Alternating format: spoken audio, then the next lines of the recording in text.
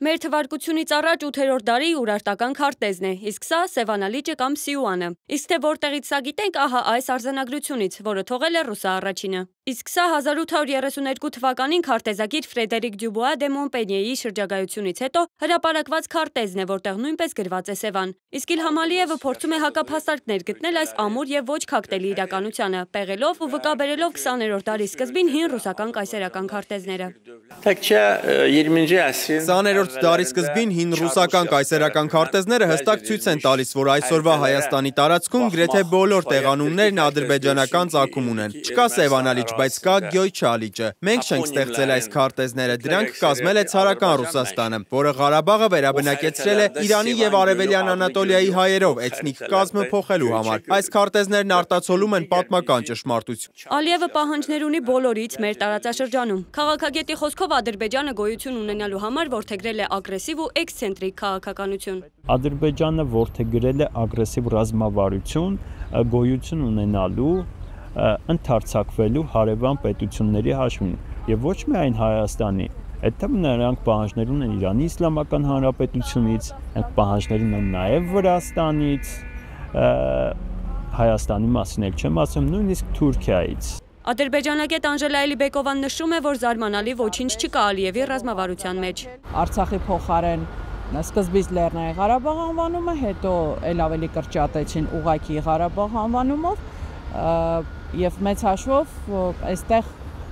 զարմանալու բան չկա, հա, դա ընդհանուր այո ռազմավարության մի մաս է կազմում։ 921 թվականին պատմագիտության մեջ հայտնի Սևանի նշանավոր ճակատամարտն է, որի մասին դեպքերի ժամանակակից Հովհաննես Դրախտանակերտցի կաթողիկոսը գրում է. Աշոտ թագավորը Գեղարքունյաց ծովի ափին ջարդեց արաբներին։ Նույն ճակատամարտի մասին Մովսես Կաղանկատվացին գրում է որպես Գեղամա ծովի ափին կայացած։ 10-րդ դարի արաբ հեղինակ Ալ-Մասուդին գրում է. Հայոց թագավորը հաղթեց մուսուլմաններին Բուզանդի ծովի մոտ։ Ալ-Յակուբին Ալ-Ջազիրա է անվանում, այսինքն կղզի ունեցող լիճ։ Հույն պատմիչ Կոնստանտին Պորֆիրոգենետը Գեղամա լիճ։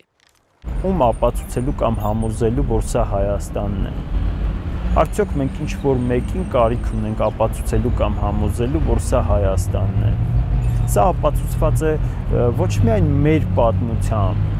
այլև իրենց ժամանակների կայսրությունների պատմությամբ։ Վերջին տարիներին Ադրբեջանն արշավ է սկսել նվիրված այսպես կոչված Արևմտյան Ադրբեջան նախաձեռնությանը, որով Բաքուն նկատի է առնում ոչ թե իր սեփական տարածքը, այլ Հայաստանի զգալի մասը կամ ամբողջ տարածքը։ Օսի մեդիան բացահայտել է, որ Ադրբեջանի նախագահի աշխատակազմը համակարգել ու ֆինանսավորել է Արևմտյան Ադրբեջան նարատիվի միջազգային տարածումը մարդասիրականի քողի տակ պատրաստելով հող հայկական տարածքների նկատմամբ պահանջների համար։ Արշավը ներկայացվում է իբրև մարդասիրական ջանք աջակցելու Խորհրդային Միության փլուզման ժամանակ Հայաստանից տեղահանված ադրբեջանցիների անվտանգ եւ արժանապատիվ վերադարձին։ Սակայն ժամանակի ընթացքում այսպես կոչված Արևմտյան Ադրբեջան նարատիվը վերածվել է պետության կողմից ուղղորդված հաղորդակցման ռազմավարության, որը Բաքուն պարբերաբար օգտագործում է որպես քարոզչական գործիք։ Իդեպ ոչ միջնադարյան, ոչ նոր շրջանի քարտեզներում կամ փաստաթղթերում, նույնիսկ ռուսական կայսրության մայրամուտին տպագրված քարտեզներում Արևմտյան Ադրբեջան տերմինը չի հանդիպում։ Դա քաղաքականորեն եւ ադրբեջանական իշխանության հորինած ու նոր ստեղծված ձևակերպում է։ Ռեթեկները բացվում էին 22 թվականին, 21-22 թվականին, հա, պաշտոնական է այսպես կոչված Արևմտյան Ադրբեջանի համայնքը։ Բացմանը այդ շենքի ներկա եղել Իլհամ Ալիևը։